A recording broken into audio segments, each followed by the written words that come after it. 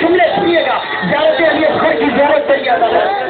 अली असगर का झूला आपकी निगाहों के सामने आने जा रहा है अदादारों। ये वो झूला है, ये वो झूला है जनाब अली असगर का। मैंने एक रवायत पढ़ी, बड़ी अजीब व गरीब रवायत पढ़ी कि जनाब अली असगर की रवायत के बारे में लिखा है कि जब शब आशूर आई ना, हर बीवी अपने अपने बच्चों को समझा रही थी, तो रावी ने लिखा कि हुसैन के घर में एक परिंदा पलता था जिसे कबूतर नाम से दुनिया जानती है। वो कबूतर इस कदर अली असगर से मोहब्बत करता था अदादारों कि जैसे हुसैन के खैमे में जहाँ पे अली असगर का गहवारा था, कबूतर ने आके देखा कि अली असगर का दहन कभी खुलता है कभी बंद हो जाता है, कभी खुलता है कभी बंद हो जाता है।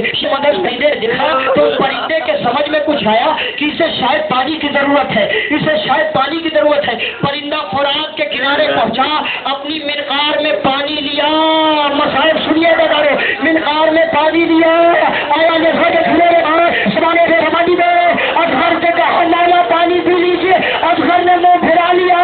मेरी सकीना बहन भी बहुत प्यासी है, और जैसे परिंदे ने बहुत कोशिश की, पानी असगर ने न पिया, उसने पानी को अपने तरह पे रखा, असगर के छूने के ऊपर उड़ना शुरू किया।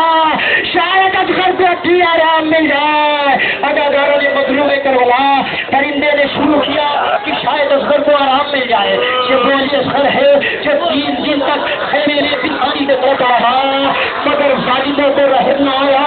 और शब आशूर के बाद रबाब जैसी